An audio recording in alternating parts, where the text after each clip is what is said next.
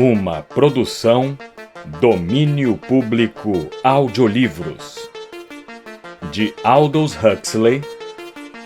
Admirável Mundo Novo, parte 12. Narração Jaime Maciel. Antes de começar o vídeo, curta, compartilhe e caso ainda não seja inscrito no canal, clique no botão inscreva-se. Quer ouvir mais clássicos da literatura? Confira as nossas playlists. Aproveite o audiolivro. Capítulo 13. O vulto de Henry Foster apareceu na penumbra do depósito de embriões. Quer ir esta noite ao cinema sensível? Lenina sacudiu a cabeça, sem nada dizer. Você vai sair com alguém? Interessava-lhe saber quais de seus amigos, homens e mulheres, andavam presentemente juntos. É com Benito? Perguntou. Lenina sacudiu a cabeça. Henry percebeu a fadiga naqueles olhos roxos, a palidez sob aquele verniz de lupo, a tristeza nos cantos dos lábios carmesins que não sorriam. Você não está doente, não é? Perguntou um pouco inquieto, temendo que ela estivesse afetada de uma das poucas moléstias contagiosas que ainda subsistiam. Mais uma vez, Lenina fez que não com a cabeça. Em todo caso, você devia ir ao médico, disse Henry. Um médico por dia dá vigor e alegria, acrescentou efusivamente, dando-lhe uma palmada no ombro para acentuar bem o adágio hipnopédico. Quem sabe se você não está precisando de um sucedâneo de gravidez? Sugeriu. Ou talvez de um tratamento de sucedâneo de paixão violenta extra forte. Às vezes, você sabe, o sucedâneo normal não é... Oh, pelo amor de Ford, calhe a boca! Retrucou Lenina, quebrando seu mutismo obstinado, e virou-se para os embriões que descuidara. Um tratamento de SPV, na verdade.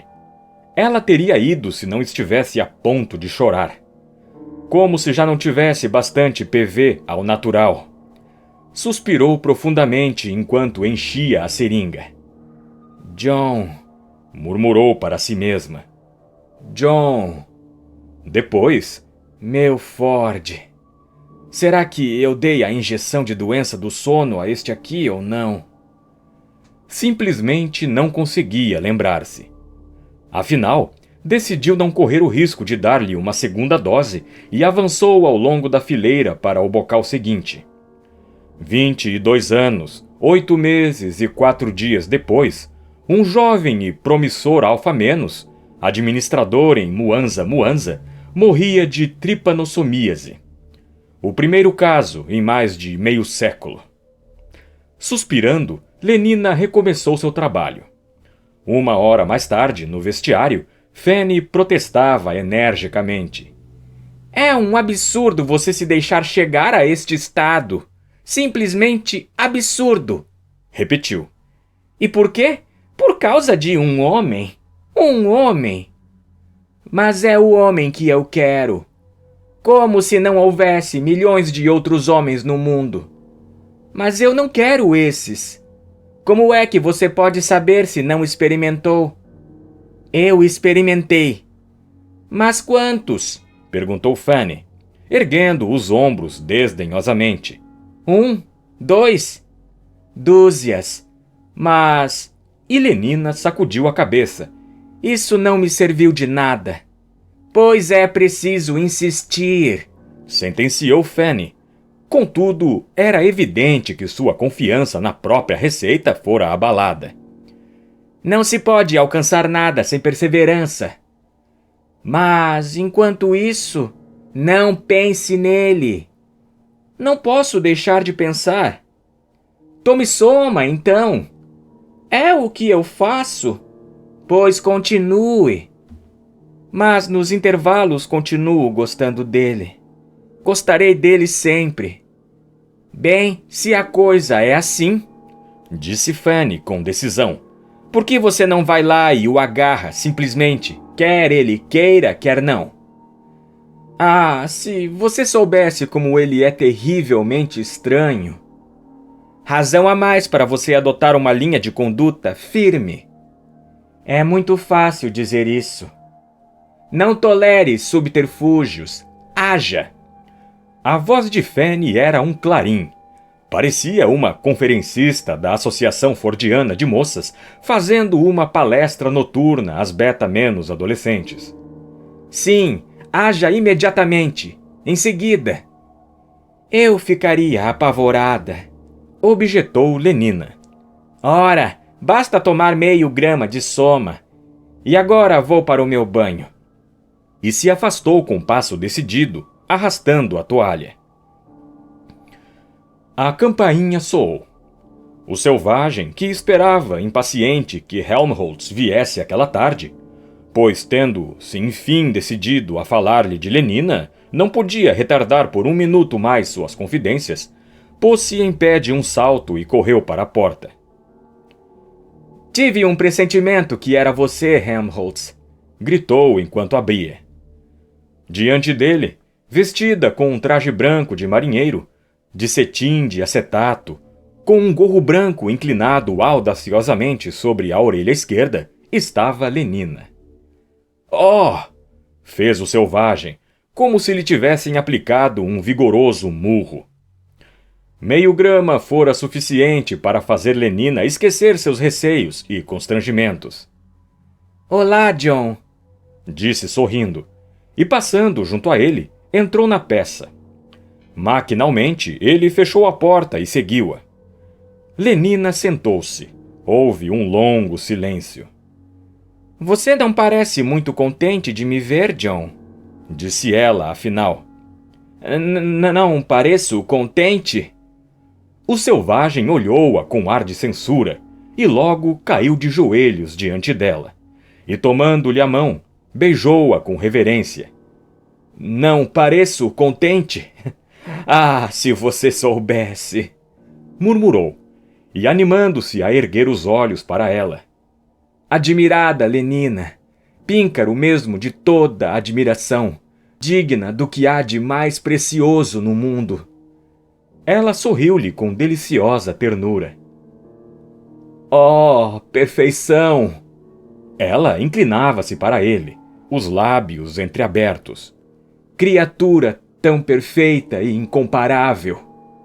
Cada vez mais próxima.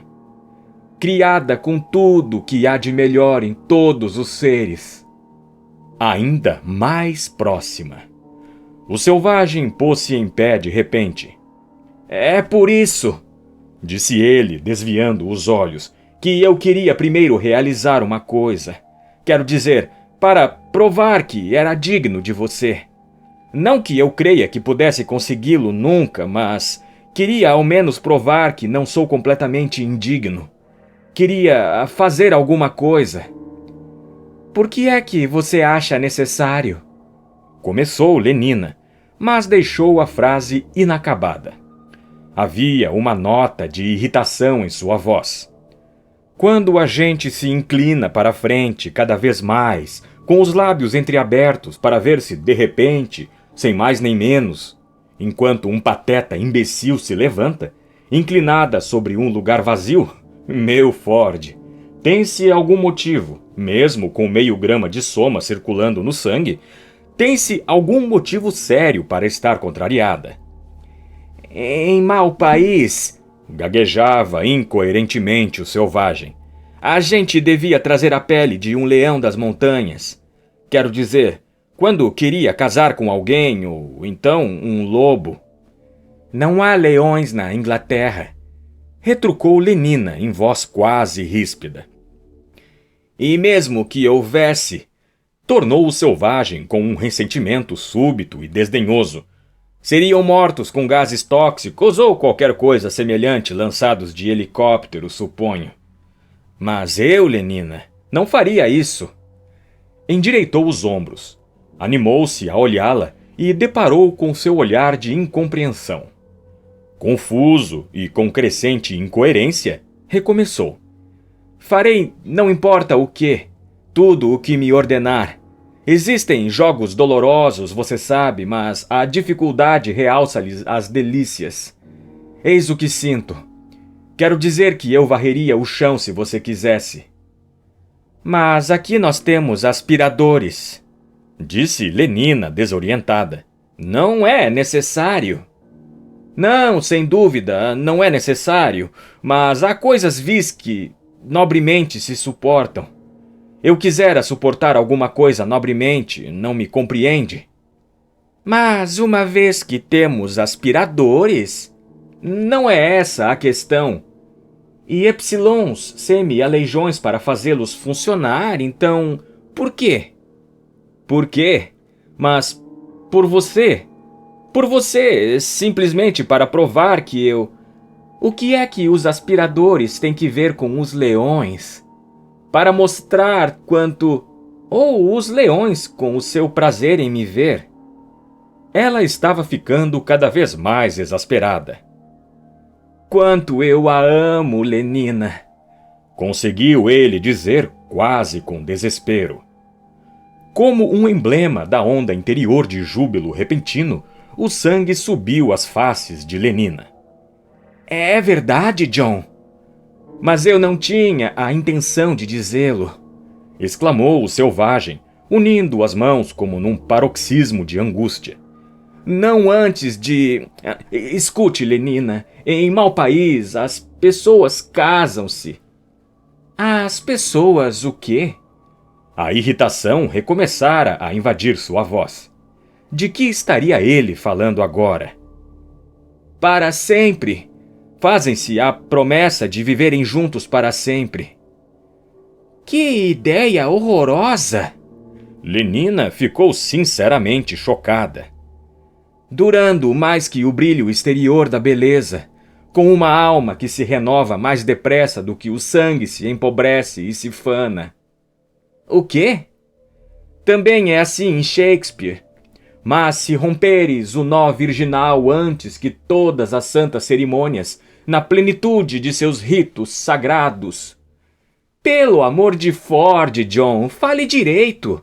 Não compreendo uma única palavra do que você está dizendo. Primeiro você me vem com aspiradores, depois com um nó. Você está me deixando louca. Levantou-se de um salto e, como se receasse que ele pudesse fugir-lhe fisicamente, como o fazia em espírito, segurou-o pelo pulso. Responda a esta pergunta. Você gosta realmente de mim ou não? Houve um momento de silêncio. Depois, em voz baixa, ele disse: Eu a amo mais que tudo no mundo. Mas então por que não dizia? Exclamou ela, e estava tão intensamente exasperada que lhe enterrou as unhas no pulso. Em vez de ficar aí dizendo baboseiras sobre um nó, aspiradores e leões, e de me fazer sofrer semanas e semanas. Ela soltou-lhe a mão, que repeliu com cólera. Se eu não gostasse tanto de você, disse, ficaria furiosa. E subitamente passou-lhe o braço em torno do pescoço. Ele sentiu os lábios de Lenina unidos suavemente aos seus. Tão deliciosamente macios, tão tépidos, tão elétricos, que inevitavelmente se lembrou dos beijos de 3 semanas em helicóptero. A loucura estereoscópica! E o negro mais do que real! Horror! Horror! Horror! Tentou desprender-se, mas Lenina apertou-o com mais força. Por que você não disse? Murmurou ela, afastando o rosto para contemplá-lo. Tinha os olhos carregados de terna censura. O antro mais escuro, o lugar mais propício, clamava poeticamente a voz da consciência. A mais forte sugestão do nosso pior demônio. Nada poderá jamais transformar minha honra em desejos impuros. Jamais, jamais, decidiu ele. Tolinho, dizia Lenina. Eu o desejava tanto, E se você também me queria, por que é que não? Mas, Lenina... Começou a protestar ele. E como ela afrouxasse imediatamente os braços e recuasse, acreditou por um instante que Lenina procedia de acordo com sua muda sugestão. Quando, porém, ela desafivelou a cartucheira de couro branco envernizado e pendurou-a com cuidado no espaldar da cadeira, começou a suspeitar que se enganara. Lenina! Repetiu apreensivo. Ela levou a mão ao pescoço e puxou com um longo gesto vertical. Sua blusa branca de marinheiro abriu-se até embaixo. A suspeita condensou-se em certeza concreta, muito concreta. Lenina, o que é que você está fazendo? Zip, zip. Sua resposta dispensava palavras. Ela desembaraçou-se das calças de boca de sino. Sua combinação calcinha com fechecler era de um rosa pálido de concha. O T de ouro do arquichantre pendia sobre seu peito. Porque esses lácteos seios que através das grades das janelas perfuram os olhos dos homens. As palavras cantantes, ribombantes, mágicas, faziam-na parecer duplamente perigosa, duplamente tentadora. Doces, doces, mas quão penetrantes. Perfurando e brocando a razão, cavando um túnel através da resolução. Quando o sangue está em chamas, os juramentos mais fortes não são mais do que palha. Contente mais, senão... Zip. O róseo arredondado abriu-se como uma maçã habilmente partida. Uma contorção dos braços, o levantamento, primeiro do pé direito, depois do esquerdo. A combinação calcinha jazia no chão, sem vida, como se tivesse sido desinflada. Ainda com as meias e os sapatos, conservando na cabeça o gorro branco audaciosamente caído para um lado, ela avançou para John. Querido, querido, se ao menos você tivesse dito isso antes. Estendeu-lhe os braços. Mas em vez de dizer também querida e de estender-lhe igualmente os braços, o selvagem ficou aterrorizado, agitando as mãos para ela, como se tentasse afugentar um animal importuno e perigoso. 4 passos para trás e ele ficou apertado contra a parede. Meu bem, disse Lenina, e pousando-lhe as mãos nos ombros, achegou-se a ele. Envolve-me em teus braços, pediu. Beija-me, abraça-me com rudeza. Ela também tinha poesia ao seu dispor. Conhecia palavras que cantavam, que enfeitiçavam e faziam rufar os tambores. Beija-me. Fechou os olhos. Sua voz tornou-se como um murmúrio sonolento. Esgota-me até o coma. Conserva-me a ti presa. O selvagem tomou-lhe os pulsos, arrancou de seus ombros as mãos de Lenina e repeliu-a brutalmente. Ai, você está me machucando! Você... Oh! Ela calou-se de repente. O terror fizera-lhe esquecer a dor. Abrindo os olhos, vira aquele rosto. Não era o rosto de John, mas o de um estranho feroz. Um rosto pálido, desfeito, contraído por um furor insensato e inexplicável. Apavorada, sussurrou. O que é que há, John? Ele não respondeu, limitando-se a encará-la com aqueles olhos dementes. As mãos que seguravam os pulsos de Lenina tremiam. A respiração de John era profunda e irregular. Fracamente, a ponto de ser um ruído quase imperceptível, mas assustador, ela ouviu-o de súbito ranger os dentes. O que é? Gritou quase num uivo. E ele, como se tivesse sido despertado por seu grito, segurou-a pelos ombros, sacudiu-a. Prostituta! Urrou. Prostituta! Impudente cortesã! Oh, não, não! Protestou ela, com uma voz que as sacudidas que ele lhe dava tornavam grotescamente trêmula. Prostituta! Por favor! Maldita prostituta! 1 grama é melhor! Começou ela. O selvagem repeliu-a com tal violência que ela cambaleou e caiu. Vá embora! Vociferou ele de pé ao lado dela, dominando-a com um olhar ameaçador. Vá para longe de minha vista ou eu te mato! Cerrou os punhos.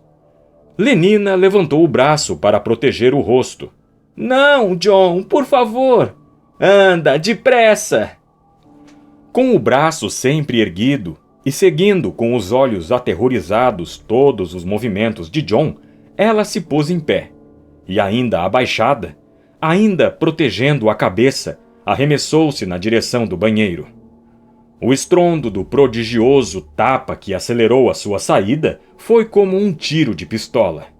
Ai! E Lenina pulou para a frente. Finalmente em segurança no quarto de banho, onde se fechou a chave, teve tempo de passar em revista seus ferimentos. De pé, de costas para o espelho, torceu a cabeça para trás. Olhando por cima do ombro esquerdo, viu a marca de uma mão aberta destacar-se nítida e vermelha em sua pele. Delicadamente esfregou a região magoada. Fora, na outra peça, o selvagem caminhava de um lado para outro. Caminhava, caminhava, ao ritmo dos tambores e da música das palavras mágicas. A carriça e a mosquinha dourada entregaram-se à libertinagem sob meus olhos. Elas retumbavam enlouquecedoramente em seus ouvidos. Nem a doninha, nem o cavalo fechado em sua estrebaria se atiram a ela com tão desordenado apetite. Do busto para baixo são centauros, para cima são mulheres, para os deuses a parte de cima, tudo o que fica embaixo pertence aos demônios. Aí é o inferno, as trevas, o abismo sulfuroso que queima, que ferve, a fetidez, a corrupção. Puá, puá, puá. Dá-me uma onça de almíscar, bom boticário para me purificar a imaginação. John! Atreveu-se a dizer do banheiro uma vozinha insinuante. John! Oh, tu, flor dos bosques, que é tão bela e exalas um perfume tão doce que me fere os sentidos. Esse livro admirável foi, pois, feito para nele se escrever, prostituta. O céu, a sua aproximação tapa o nariz. Mas o perfume de Lenina ainda recendia em torno dele. Sua roupa estava toda branca do pó que perfumava o corpo aveludado da jovem. Impudente cortesã, impudente cortesã, impudente cortesã. O ritmo inexorável martelava sempre. Impudente. John, você não acha que eu podia apanhar as minhas roupas? Ele juntou as calças de boca de sino, a blusa, a combinação calcinha com fechecler. Abra! Ordenou, dando um pontapé na porta. Não abro. A voz era medrosa e rebelde. Então como quer que eu lhe dê a roupa? Jogue pela abertura acima da porta. Assim ele fez, e recomeçou suas inquietas passadas pelo quarto. Impudente cortesã, o demônio, luxúria com suas ancas gordas e dedo abatatado. John! Ele não respondia. Ancas gordas e dedo abatatado. John! Que é? Perguntou rispidamente. Você não se importaria de me alcançar meu cinto maltusiano? Lenina ficou sentada, escutando os passos na outra peça, perguntando-se enquanto escutava até quando continuaria ele caminhando assim de um lado para outro. Se lhe seria preciso esperar que ele saísse do apartamento, ou se seria prudente, depois de dar um prazo razoável à loucura de John para acalmar-se, abrir a porta do banheiro e tentar uma fuga rápida. Foi interrompida nas suas cogitações inquietas pelo som da campainha do telefone, que tilintou na outra peça. As idas e vindas pelo quarto cessaram abruptamente. Ouviu a voz do selvagem conversando com o silêncio. Alô? Sim. Sou, se é que não usurpo minha própria pessoa. Sim, não me ouviu? É o senhor selvagem que está falando. Hein? Quem é que está doente? Claro que me interessa. Mas a coisa é séria? Ela está realmente mal? Irei em seguida. Ela não está mais no apartamento? Tá aí, para onde levaram? Oh, meu Deus, qual o endereço? Park Lane 3, é isso? 3? Obrigado. Lenina ouviu o estalido do fone ao ser reposto no lugar. Depois, passos precipitados. Uma porta fechou-se com estrondo. Fez-se um silêncio. Teria realmente saído? Com precauções infinitas, entreabriu a porta, meio centímetro. Espiou pela fresta. Animou-se ao ver a peça vazia. Abriu um pouco mais, passou a cabeça pela abertura e, finalmente, entrou nas pontas dos pés. Parou alguns segundos com o coração a bater violentamente, escutando. Depois correu para a porta do apartamento, abriu-a, deslizou para fora, bateu a porta e fugiu. Somente quando se viu no elevador e já descendo por ele, começou a sentir-se em segurança. Fim da 12ª parte.